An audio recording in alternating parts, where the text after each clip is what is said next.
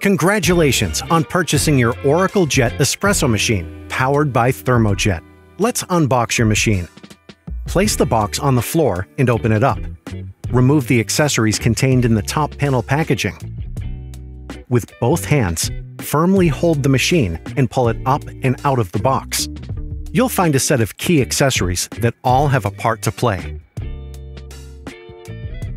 Before first use, remove all of the plastic protective covering and wash all the parts and accessories with warm soapy water and a soft cloth or brush. Dry thoroughly before use.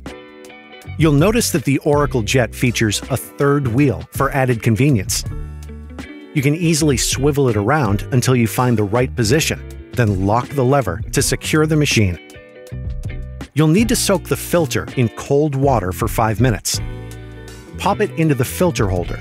Fit the holder snugly into the bottom of the tank and fill with fresh cold water. Check your water hardness by dipping this test strip into the water tank. You'll use this info shortly. Now, place the water tank into the machine. Fit the bean hopper to the top of the machine like this, locking it into place. Now, let's power it up.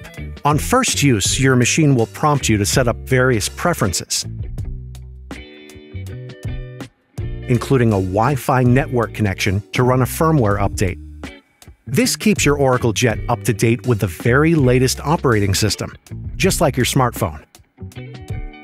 Next, all you have to do is follow the on-screen tutorials, which will take you through all the parts and accessories to get to know your machine better, right through to making your first coffee using simple, easy-to-follow steps.